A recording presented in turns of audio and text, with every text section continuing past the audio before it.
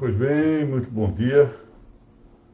Meus cumprimentos a todos aqueles que, mais uma vez, se encontram aqui para esta nossa reunião semanal da série Registros sobre Registros, com que me honra a Anoreg do Paraná em permitir que eu me valha de sua página prestigiosa no Facebook. Então, meus cumprimentos, agradeço em especial a presidente dessa entidade paranaense, a tabeliã Mônica Maria Guimarães de Macedo Dalla Vecchia, por esta oportunidade. Bom, nós estamos cuidando, nesta nossa reunião, que diz respeito à exposição número 223 da série Registros sobre Registros, do tema da enfiteuse. É verdade que depois do Código Civil de 2002, que já não permite a constituição de novas enfiteuses, nem de subenfiteuses, no campo do direito privado, apenas admitindo esse instituto no âmbito do direito público, quanto aos terrenos de marinha, retrocedeu muito o interesse referente ao Instituto da Enfiteuse. Mas eu penso que, não só porque subsiste a aplicação da normativa anterior, que é do Código Civil de 1916, para a manutenção da disciplina dos antigos contratos de enfiteuse, contratos do direito real de enfiteuse, mas porque é preciso manter aqui uma certa consciência do passado histórico, ou seja, da importância que teve a enfiteuse para o direito brasileiro, para a realidade brasileira, incluída a econômica, e igualmente a importância que daí se extrai do registro de imóveis para o bom funcionamento desse instituto. Portanto, eu peço um pouco vamos dizer, usar a palavra certa, um pouco de paciência dos senhores, e nós revivemos um pouquinho a história da enfiteuse no Brasil, para que nós reconheçamos o relevo desse instituto, o quanto ele foi importante para a vida econômica, social e jurídica brasileira. Nunca é demais que nós consideremos a circunstância de que o Brasil conseguiu manter uma unidade territorial, costuma-se dizer, e com razão, que o Brasil tem dimensões continentais, ao passo em que a América Espanhola se viu fragmentada em uma série de repúblicas. Se é verdade que, em boa medida, essa nossa unidade territorial deve tributar-se ao regime monárquico, que aqui se implantou, não é menos verdade que o sistema enfitêutico adotado no Brasil contribuiu muitíssimo para a manutenção dessa nossa relevantíssima grandeza territorial. Portanto, aqui, ao tratarmos da relevância histórica da enfiteuse, estamos também aproveitando para destacar a merecida relevância histórica que merece o registro imobiliário brasileiro. Vamos lá, então com paciência, né? O Brasil foi descoberto, pelo menos oficialmente, no ano de 1500. Havia uma antiga... No tempo que eu ainda estava na escola, se falava que a descoberta se deu em 21 de abril. E houve mesmo uma famosa marchinha de carnaval que dizia isso, que o Brasil foi inventado no dia 21 de abril, depois dizia assim, 2 meses depois do carnaval. Alguns hão de ainda conhecer essa marchinha carnavalesca, salvo engano, composta por Lamartine Babo, um grande compositor de marchas e de hinos de clubes de futebol. Muito bem, mas o fato é que, por direito de invenção, isso quer dizer, por direito de descoberta, isso é um instituto do direito internacional público, as terras descobertas, as terras inventadas, as terras brasileiras, nesse caso, passaram ao domínio de seu descobridor, que foi Portugal. Muito bem, logo Portugal se viu premido pelo risco de perder parte das suas terras para outros povos da Europa geográfica. Não nos esqueçamos aqui dos nossos estudos antigos de história do Brasil, não é? Sobre as invasões francesas, a invasão holandesa, o risco que isso proporcionava para o domínio político e econômico, no caso brasileiro, por Portugal, mas igualmente do ponto de vista cultural, porque havia uma diversa cosmovisão dos povos franceses e holandeses em relação ao povo português. Então não podemos nos esquecer desse fato e que era necessário que Portugal tomasse medidas para proteger o território descoberto. Daí que a coroa portuguesa tenha logo introduzido no Brasil o sistema político das capitanias hereditárias. Por que elas se designavam assim? Por que se falava em capitanias hereditárias? Porque os seus favorecidos, que eram os donatários, exerciam, além das, diga-se de passagem, restritas e instáveis faculdades próprias de um donatário, que é alguém que recebesse uma doação, eles exercitavam funções próprias de chefia, de governança. Por exemplo, eram capitães, eram chefes superiores. Havia uma superintendência. O que fez Portugal? Ao doar, que vamos ver que isto não foi uma doação tão extensa quanto se pensa, doar territórios, na verdade designava governantes, superintendentes, chefes superiores para cada região. E eles tinham que controlar as suas correspondentes regiões. Foi uma fórmula política muito interessante adotada pela coroa portuguesa. Bom, esses títulos relativos, referentes às capitanias hereditárias, eram designados cartas de doação. E por isso também essas capitanias hereditárias se chamavam capitanias donatárias, ou seja, capitanias que foram doadas aos seus capitães. O fato é que essas capitanias estavam gravadas por uma dada, esse é o ponto. Havia uma reserva mental, uma lei implícita, chamada, frequentemente se faz essa referência, a uma lei mental de revogabilidade das doações. Ou seja, a qualquer tempo essas doações podiam ser revogadas pela coroa portuguesa. Tanto fosse do interesse de Portugal revogar as doações, revogava. Por isso que eu disse que essas doações não eram tão expressivas quanto se costuma pensar.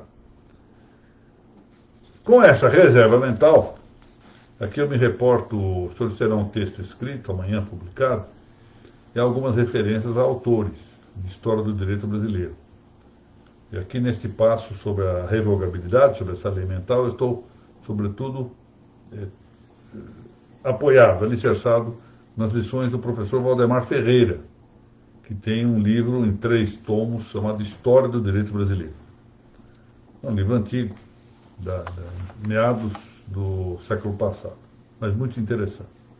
Bom, mas com essa reserva mental, essa lei mental que permitia que a doação fosse revogada a qualquer momento, por interesse do doador, ou da doadora, a coroa portuguesa, o fato é que a doação não ocorria verdadeiramente, não era uma doação verdadeira, salvo quanto a uma parcela, porque ela se estendia, essa doação, a algumas porções, desde que indicadas expressamente nas cartas de doação, que eram efetivamente doadas. As demais não. As demais estavam entregues mais ou menos à superintendência, ao governo, a uma chefia que podia ser mais ou menos transitória e instável.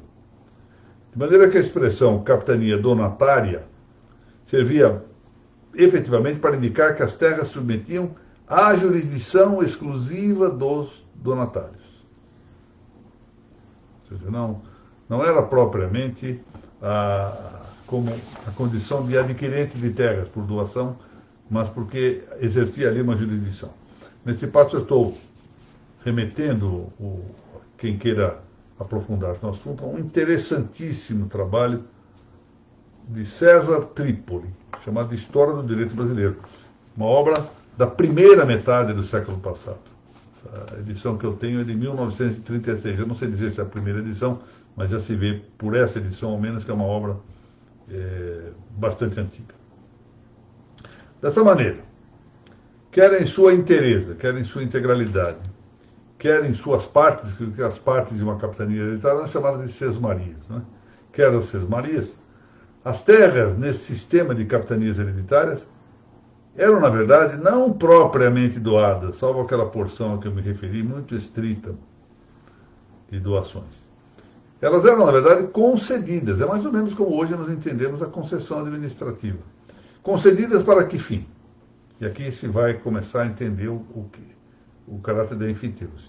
Eram concedidas para fins de cultivo e edificação de moradia. Porque era uma forma de nós termos a ocupação do território. É uma forma de evitar a cupidez estrangeira, a ganância de povos estrangeiros, em particular dos franceses e dos holandeses. Era, enfim, só, ou pelo menos no limite, de uma enfiteuse que se estava tratando, e não propriamente de uma transferência de domínio pleno. Então, vamos ver aqui, por exemplo, o que diz um autor importante chamado Edgar Carlos de Amorim, num livro intitulado Teoria e Prática da Enfiteuse, que eu, infelizmente, não consegui consultar diretamente, mas que estou aqui referindo por uma citação autorizada, de um autor autorizado, em que se pode confiar, que é Arnaldo Rizzardo, O Seu Direito das Coisas. Diz, então, Edgar Carlos de Amorim, abro aspas, caso não atingissem a finalidade prevista, portanto, a dúplice finalidade, cultivo e ou moradia, as terras voltavam ao domínio da coroa, quando eram então consideradas terras devolutas. Aí está já a ideia de terra devolvida. Convém esclarecer, prossegue o autor, que tanto as terras das sesmarias, portanto das porções, como também aquelas que retornavam ao domínio da metrópole, portanto as terras devolutas, foram objeto de contrato de enfiteuse. Aí está o reconhecimento da enfiteuse. Concluiu-se assim que tanto os terrenos de domínio público como aqueles de domínio particular serviram de base para contrato de enfiteuse. Notem, portanto, que era o reconhecimento da enfiteuse, ainda que não se utilizasse esse nome. Mais incisivamente, com mais força na expressão, César Trípoli, a quem eu me referi, diz o seguinte, cito, atendendo ao objeto da doação das capitanias feita pelo soberano aos donatários, força reconhecer que esse ato real não constituía verdadeira doação, no sentido jurídico, porquanto no exame conjunto das cláusulas outorgadas no respectivo título, a carta de doação, aos donatários era apenas concedido o benefício, o usufruto das terras das capitanias, e não a propriedade territorial. Vejam, portanto, que essa frequente, ligeira crítica que se faz à enfiteuse, ou melhor dito, às capitanias hereditárias, como uma forma de privatização, como algo feito para atender a interesses de alguns beneficiários, etc., tem que ser vista com uma certa cautela. Porque, de um lado, é preciso ver que a coroa portuguesa não tinha muitas outras opções a adotar, se é que tivesse alguma. De outro lado, não eram verdadeiras doações, senão que, claro, que acompanhada de algumas vantagens e benefícios justificados, eram, na verdade, entregas de terras para a governança, para a ocupação efetiva, sob pena dessas terras caírem em comisso, ou seja, se tornarem terras devolutas, devolvidas à coroa portuguesa. Prossegue o mesmo autor, Trípoli. Em suma, pode dizer-se que, em relação às capitanias, tratava-se mais de uma concessão do que de uma doação, ou, quando muito, de um contrato de enfiteuse, em que todos os encargos ficavam onerando o concessionário ou enfiteuta. Este, por sua vez, tinha direito a todos os rendimentos, com exceção apenas dos foros, prerrogativas e privilégios econômicos que o soberano reservara para si. Portanto, era um contrato de enfiteuse. Ou muitíssimo próximo disso. Bom, bem se vê que há aí uma importância evidente dessa instituição, chamemos-la já enfiteuse ou muito próxima disso, no âmbito do direito português e, por meio dele, para o direito brasileiro. Nesse sentido, um autor brasileiro chamado Vieira Ferreira, salvo engano foi um desembargador, escreveu um livro chamado A Enfiteuse em Nosso Direito. Esse estudo foi republicado, na coleção Doutrinas Essenciais de Direito Registral, volume 5º. Essa coleção foi organizada pelo Dr. Sérgio Jacomini e por mim, publicada pela Revista dos Tribunais em 2011. E diz esse autor, Vieira Ferreira, a enfiteuse do direito romano passou para as ordenações do reino. Quais ordenações? Afonsinas, Manuelinas e Filipinas, por esta ordem. Daí esse direito enfiteútico passou para o Brasil independente. Veio com Portugal ao tempo das ordenações e depois passou para o Brasil independente. Com a adoção da legislação portuguesa em geral, porque o Brasil independente adotou a legislação, num primeiro momento a legislação portuguesa geral, por uma lei de 23 de outubro de 1823, que foi decretada pela nossa primeira Assembleia Constituinte. Sabem bem que essa Assembleia foi dissolvida em novembro de 1923, portanto, pouco antes da dissolução da Assembleia Constituinte. Que faço apenas a ressalva de que, em rigor, o Brasil estava independente desde 1815, quando passou a condição de Reino Unido de Portugal e Algarve. Já não era mais um Estado dependente. Rigorosamente era um Estado independente, embora não estivesse separado de Portugal. A exemplo do que hoje nós podemos considerar, para termos aqui uma ilustração, a situação da Irlanda, a situação da Escócia em relação à Inglaterra. São Estados independentes, mas que apresentam um certo grau de união. Muitas das críticas dirigidas contra o Instituto da enfiteuse desprezam-lhe a importância ao largo da história brasileira. E pode mesmo um pouco além, né? Talvez essa crítica seja até de caráter universal, seja muito estendida. Vamos aqui reconhecer, a propósito, este comentário feito por Cláudio Bevilacqua, ao referir-se ao artigo 678 do Código Civil de 1916, Código Civil Brasileiro de 16. Bevilacqua diz o seguinte: muitas das críticas dirigidas contra o Instituto, diz ele, se encontram também referidas em outras legislações. E aí vai, aspas. O Código Civil francês não trata da enfiteuse, notem bem, mas a jurisprudência pretoriana a restabeleceu. Olha que interessante. Isto contra a opinião de alguns civilistas dos mais notáveis. E, afinal, a lei de 25 de junho de 1902 a regulou como direito temporário. Ou seja, o Código Napoleônico não estabeleceu, mas já em 1902 entendeu-se que ela devia existir como direito temporário. Igualmente, o direito alemão não enumera o aforamento entre os direitos reais, porém ele existe nas legislações dos vários estados. Há uma observação de Vieira Ferreira, com que eu queria rematar esse ponto e que me parece emblemática e bastante para isso. Dizer o seguinte: no Brasil, onde não faltam latifúndios, note que ele escreveu isso há muito tempo, mas é uma realidade que até hoje persiste, não se vê motivo razoável para se tolher a liberdade contratual na procura de oferta de terras e rendas, se aos interessados aprouver recorrerem à enfiteuse. Isso é uma visão muito realista de devolução da autonomia contratual para o estabelecimento da enfiteuse. O frequente refúgio, agora digo eu, em lugares comuns, essas críticas são frequentemente objeto de lugares comuns, faz com que se atire à enfiteuse a pecha de ser algo medieval. Olha, hoje em dia, quando se quer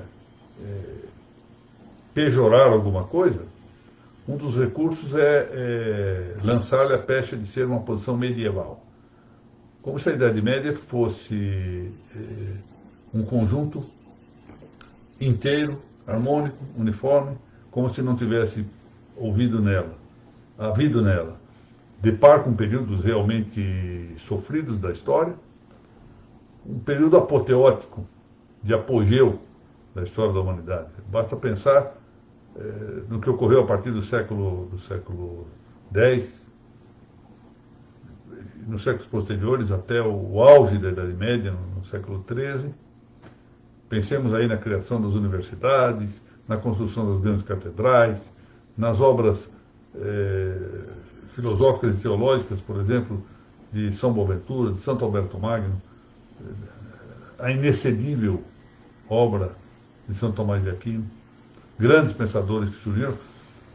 Se não houvesse mais o que dizer, bastaria pensar nas universidades, na criação das universidades. Mas, apesar de tudo isso, uma crítica, volto a dizer, ligeira, superficialíssima, reduz tudo, essa é uma forma de um ataque gráfico, né, simplista, a etiquetar pensamentos, construções, teorias, etc., de algo medieval. É o quanto basta para entender-se que não está bem.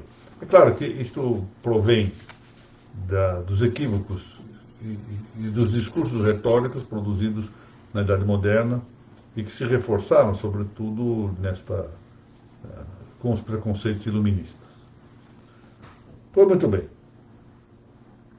Mas se nós pensarmos bem, a enfiteuse é criticada por ser medieval, mas Vieira Ferreira, a quem eu mencionei há pouco, lembra muito bem do seguinte: bom, mas então a compra e venda também deve ser pejorada, porque ela era medieval. A locação também deve ser abandonada, porque ela era medieval. O comodato, o depósito, tudo isso já existia na Idade Média, já existia na Idade Antiga.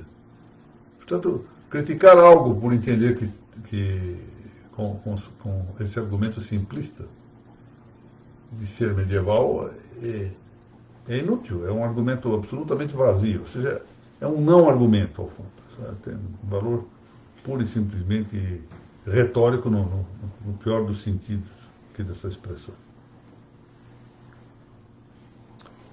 Vieira Ferreira chega a dizer mesmo que é uma taxação vã dizer que a enfiteuse é feudal. Muito bem. Coube entre nós ao Código Civil de 1916, o famoso e bem articulado Código de Cláudio de Vilaco, regular a enfiteuse de modo sistemático. E ele então articulou o tema ao largo de 17 artigos, artigos 678 seguintes do Código de 1916. O que é importante considerar, porque isso está vigendo de acordo com o nosso Código Civil atual. A maior parte desses dispositivos, desses 17 artigos, agasalhava o próprio projeto de codificação apresentado por Cláudio de Vilaco.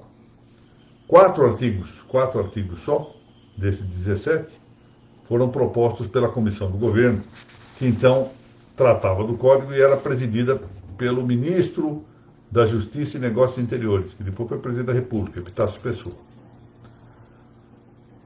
Lembremos então, e sublinhemos esse ponto em reiteração, que essa normativa do Código Civil de 1916 continua sendo aplicável em nossos dias por força do que dispõe o caput do artigo 2038 do Código Civil Brasileiro de 2002. Artigo 2038. Bom, a enfiteuse no sistema do Código de 16 é elencada entre os direitos reais.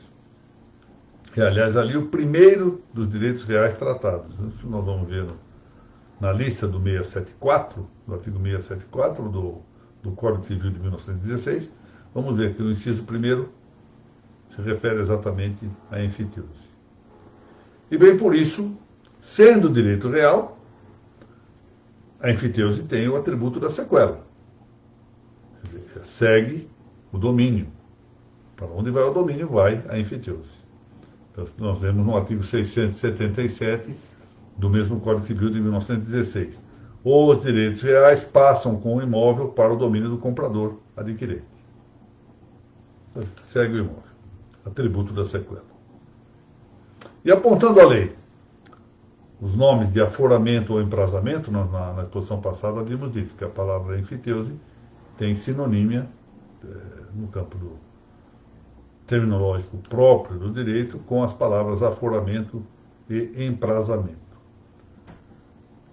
A enfiteuse, então, vem definida no artigo 678 do Código Civil de 16, dizendo-se ali que o direito, que ela é o direito que se efetiva, abro aspas, quando por ato entre vivos ou de última vontade, portanto admite aqui a disposição de última vontade, o testamento, o proprietário atribui a outro o domínio útil do imóvel, pagando a pessoa que o adquire, e assim se constitui enfiteuta.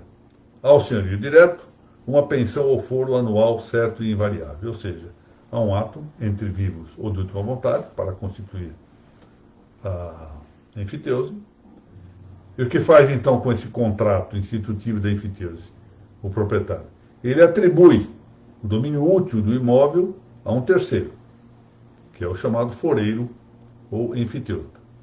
E ele, senhorio direto, que possui o domínio eminente, não o domínio útil, que está atribuído ao enfiteuta, passa a receber uma pensão, também chamado foro, ou cânon, pensão anual com valor certo e invariável. Bom, desde que no sistema adotado pelo Código Civil Brasileiro de 1916, a enfiteuse, pois, tanto pode instituir-se, como ficou dito, por ato entre vivos, é o chamado contrato enfiteútico. Se nós pensarmos numa escritura, nós podemos falar em escritura enfiteútica, escritura notarial enfiteútica, escritura tabeliô enfiteútica, instrumento público enfiteútico, variação de nomes, quanto por disposição mortis causa. Tratando-se de contrato, portanto, um título inter vivos, Clóvis Bevilacqua ensinou poderem as partes, no exercício de autonomia privada, parte desse contrato, exercitando, portanto, a liberdade de contratação, a autonomia privada, incluir cláusulas peculiares, contanto que, diz Clóvis, abro aspas, não alterem a substância do instituto, ou seja, não chamem de enfiteuse, que é uma compra e venda, não chamem de enfiteuse, que é uma locação, não chamem de enfiteuse, que é uma dação em pagamento, não importa. Quanto à forma, o Código exige escritura pública sempre que o valor do imóvel exceda o limite normativo, que era então previsto no inciso 2º do artigo 134, e que hoje é o do 108. Aqui não vamos discutir sobre essa valoração, parece que é tão razoável, tão notória a pertinência de se aplicar o artigo 108, que não se pode entender que a referência do artigo 2038 do Código Civil, a aplicação do Código Civil anterior, abranja também essa disposição que não está no tratamento específico da enfiteuse, mas está na parte geral do Código de 16. Portanto, deve aplicar-se o que consta hoje no artigo 108 do nosso Código Civil e não o que constava quantitativamente no inciso 2º do artigo 134 do Código Civil de 1916.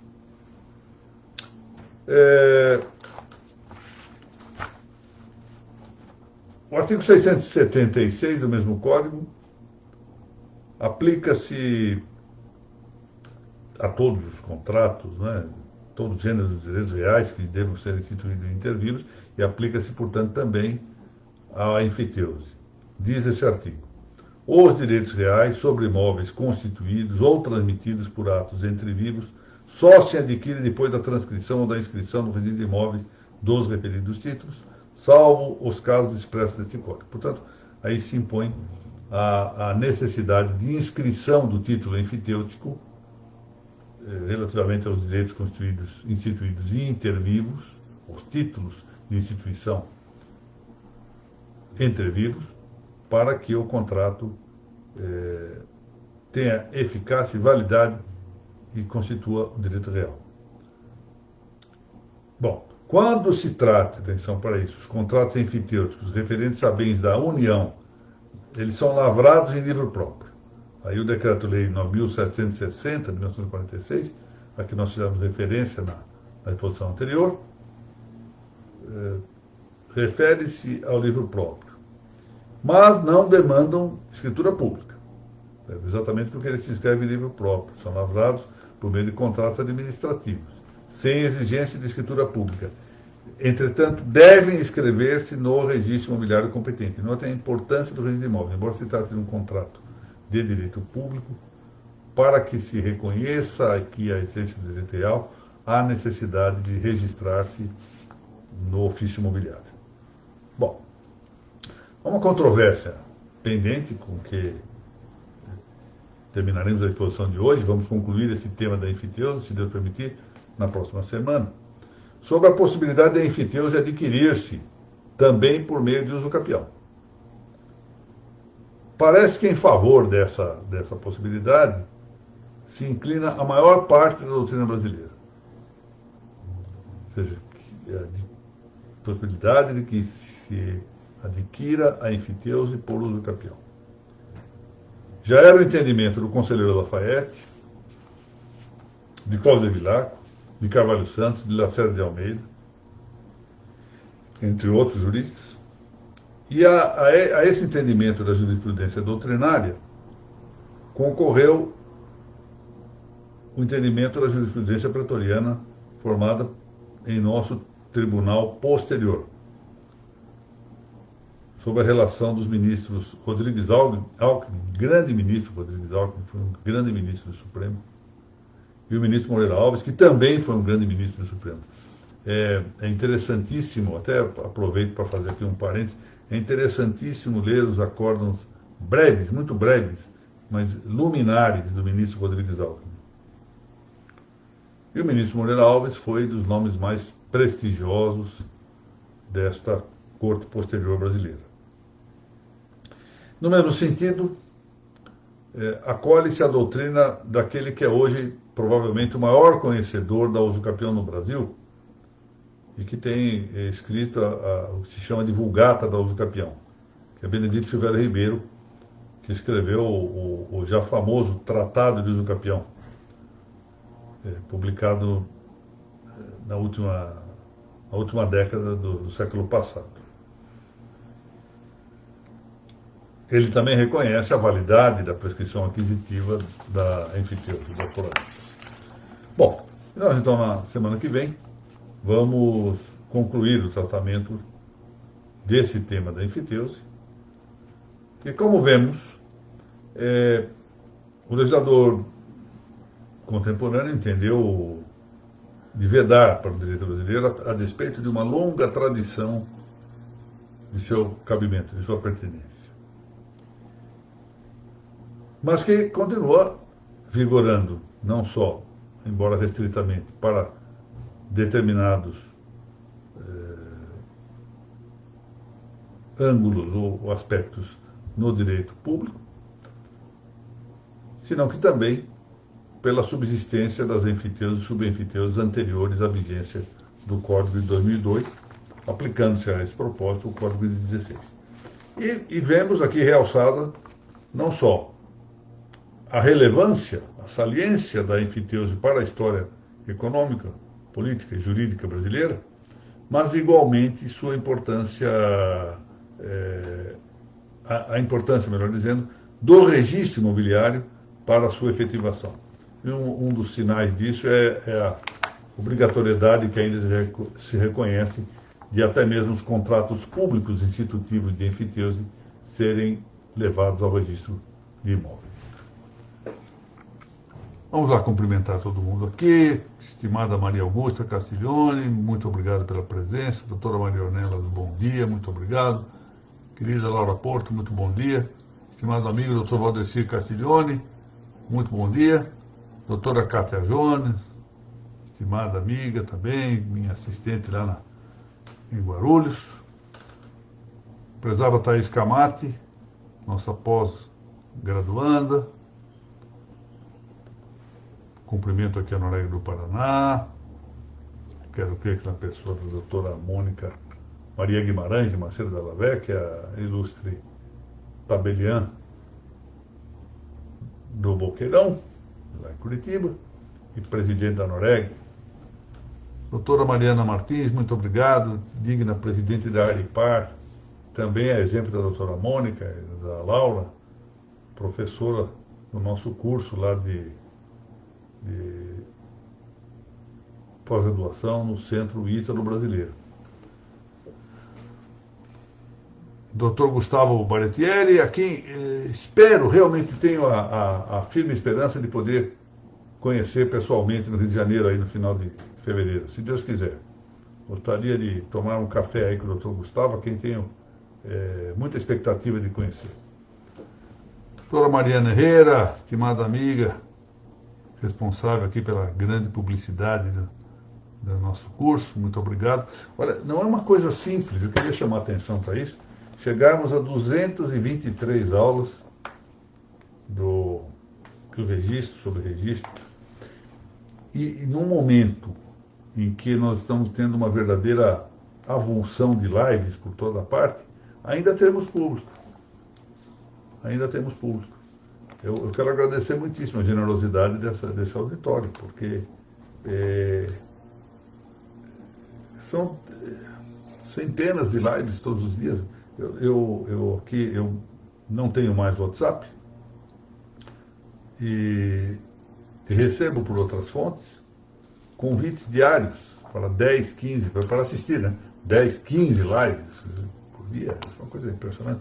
Eu próprio tenho feito muitas vezes 2 ou 3 lives diariamente. Então, verificar que o nosso público resiste é motivo de grande satisfação para mim. Uma trincheira em prol do direito notarial e registral. Novamente cumprimento aqui a saudação da doutora Mônica, doutora Rodrigues Nina, prazer em vê-la aqui. Quando vejo que está aqui, é sinal que o Miguelzinho vai crescendo bem, graças a Deus. Doutor Rogério Tobias, estimado amigo, muito bom dia. Doutor Fábio Debran, bom dia. Doutor Regis Rogério Fernandes, bom dia. Penso que é a primeira vez que eu vejo por aqui, então quero saudá-lo de maneira muito efusiva. Muito obrigado. Doutora Margarete Maia, grande registradora cearense, estimada amiga. Uma cabeça interessantíssima, doutora Margarete. Maria Augusta, eu que agradeço a sua presença aqui. A Maria Augusta está mais ou menos transformada, a exemplo da Maria Eduarda Alavec, são mais ou menos aqui como símbolos da expectativa que eu tenho da formação de gente jovem. Eu fico pensando quanto tempo mais eu terei, se humanamente sobreviver, condições intelectuais, de poder comunicar alguma coisa do que eu estudei ao longo da vida, do que eu aprendi, seja por minha própria experiência, seja por docilidade, seja da lição de meus maiores. Então eu tenho uma permanente preocupação em tentar ver se gente nova se interessa pela formação que se procura dar aqui. Não é uma formação só de direito registral. Todo mundo que frequenta essas aulas sabe perfeitamente que há por trás de todo esse campo específico do direito registral incursões daquilo que nós podemos chamar de uma Weltanschauung cristã, uma doutrina cristã que influencia, ou que eu quero verdadeiramente, sinceramente, que influencie tudo aquilo que eu penso, tudo aquilo que eu consigo estudar. E eu quero colocar tudo dentro dessas estantes, por assim dizer. De maneira que eu tenho esta ideia de procurar o mais possível, como se diz em uma linguagem esportiva, que eu peço desculpas de utilizar aqui, passar o bastão para as gerações mais novas. Mais exatamente, passar a bandeira da tradição às gerações mais novas. É esse o objetivo fundamental destas aulas. De modo que eu fico muito satisfeito em verificar a presença da Maria Augusta aqui. Lamento que a Maria Eduarda não possa assistir a essas aulas, mas ela também é um dos alvos da minha pregação aqui. Meus caros, vamos lá só para as últimas notícias. Rememorando o tomo 4, a editorial Lepanto vem hoje apanhar aqui a primeira prova gráfica que eu terminei de fazer a revisão no dia de ontem. eu quero crer que, embora a matéria seja distinta, é difícil avaliar, quando se trata de coisas distintas, avaliar o que é melhor ou o que é pior. Mas quero crer que esse quarto tomo sairá de maneira muito interessante, talvez com um interesse num certo aspecto melhor, mais efetivo do que dos tomos anteriores. A capa está, a meu ver, muito bem montada pela editorial Lepanto. Agrada a minha cor, agrada-me a disposição gráfica que prossegue na linha dos anteriores. Tivemos que fazer novamente com capa dura, porque para não fugir dos anteriores, embora isso encareça muito a produção gráfica. Mas não importa, vamos tocando, fica para as gerações que vêm. Então agradeço e louvo aí a participação da Lepanto. A segunda coisa que eu queria mencionar é que na sexta-feira, às 17h30, teremos a realização do Pinga Fogo, aqui nesta mesma página da Anoreg do Paraná.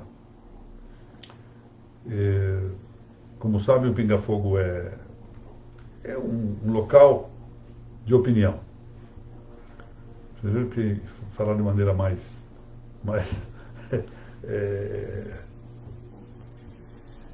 fulgurante. É um locus dóxico, ou seja, um lugar de opinião.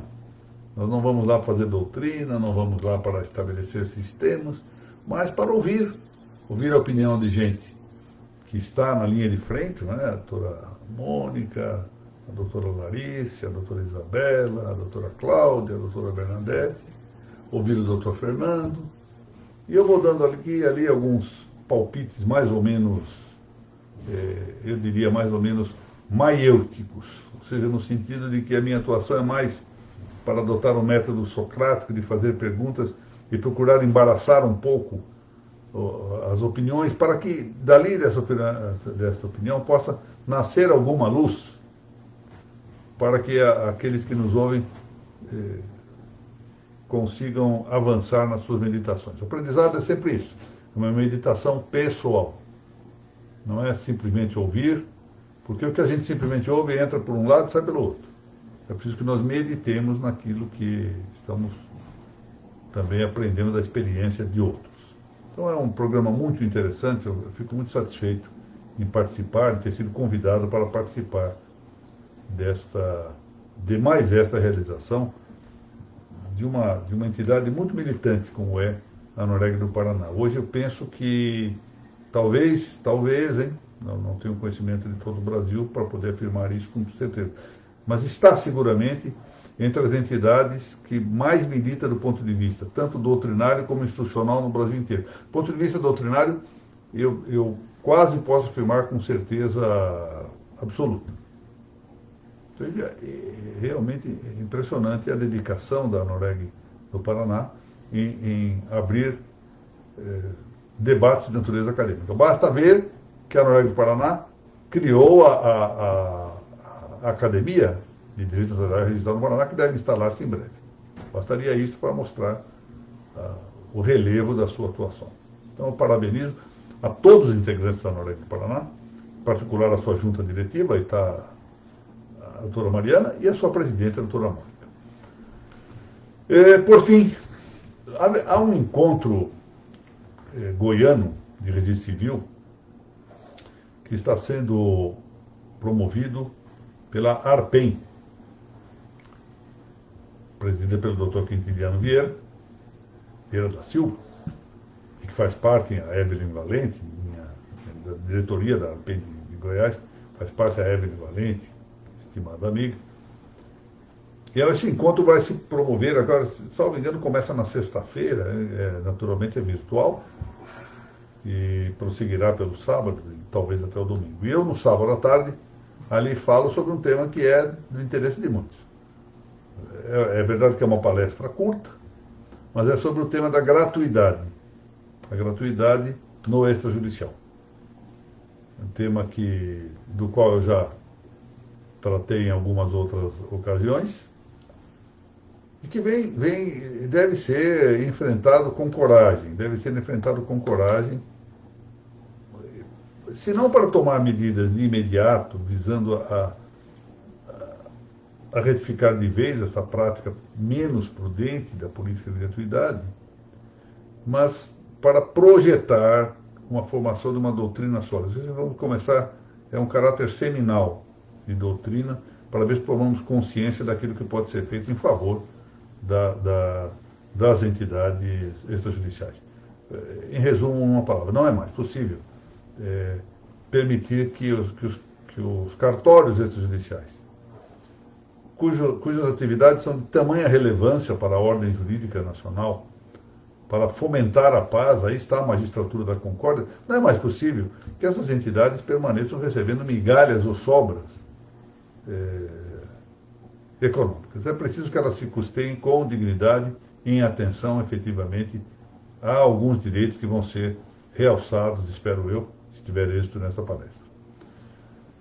Vamos lá, só cumprimentar quem mais chegou aqui, o Dr. Mário Martinelli, a quem eu cumprimento muitíssimo. Agradeço a sua presença aqui. Obrigado, Rogério. Rogério é suspeito, não? É suspeito. Mariana, muito obrigado, muito obrigado. Dr. Marcos Moreira. Muito bem, Tomás. Eu compreendo a dificuldade. É uma das coisas que nós precisamos pensar, ainda vamos ver se a doutora Mariana ajuda, as duas Marianas, Mariana Herrera e a doutora Mariana Martins, ajudam nisso. Saber qual é o melhor horário para essas aulas, porque a experiência pessoal minha, não sei se é de todos, a experiência pessoal é que quando se assiste a aula ao vivo, é uma coisa. Assistida depois gravada, não é a mesma coisa. Nós temos uma certa tendência a assistir essas aulas gravadas per saltum. Vamos saltando certas coisas que nós achamos que não nos interessam, e aí perdemos muito o fio da meada, perdemos o ambiente, o tempo da exposição, a autenticidade da exposição. Então, talvez possamos pensar para mais à frente, e quem sabe, é evidente que a doutora Mônica, que presidindo a Noreg, terá que decidir isso, em alterar esse horário, em verificar qual horário seria mais cômodo para o público que nos assiste, mas ao mesmo tempo que atenda também a circunstância, como eu costumo dizer, de que eu sou um velhinho, né? Não, tenho lá a minha agenda pesada e tudo, dou preferência a tudo que diz respeito à minha função judicial, mas vamos ver se isso nós podemos acertar, exatamente para propiciar um público maior ao vivo.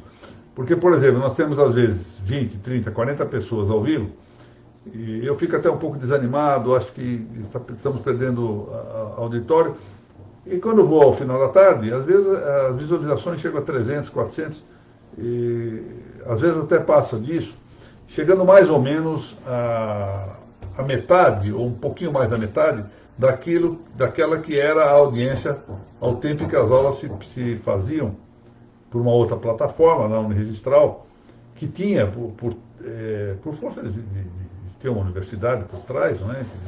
E uma entidade que já vinha instalada em termos de publicidade, um público já mais engajado. Nós conseguimos aqui um engajamento grande, já, graças a Deus, aqui na página do Paraná, que, volto a dizer, é muito prestigiosa, muito prestigiosa. Mas não atingimos ainda, em termos quantitativos, o número que havia na Uniregistral. De toda sorte, o que se vê é que a aula ao vivo tem um número pequeno, o que se entende. Porque está todo mundo trabalhando, como é que vai fazer para parar para ficar assistindo aula durante o dia de trabalho? Então, precisamos pensar um pouquinho o que fazer, se é que é para fazer alguma coisa. Mas aí eu peço a ajuda das duas Marianas e da doutora Mônica, e igualmente a opinião de todos aqueles de boa vontade que queiram ajudar-nos nisso. Bom, muito bem, então, se não nos virmos virtualmente, seja amanhã no Pinga Fogo, sexta-feira no Pinga Fogo, às 17h30, novo horário, 17h30, atendendo a pedidos. Ou no sábado, no encontro da ARPEN Goiás, havemos de ver-nos na terça-feira próxima, nas classes notariais registrais, e no registro sobre registro da quarta-feira pela manhã. Muito obrigado novamente a todos pela honra que me concedem e a alegria de estar aqui presente.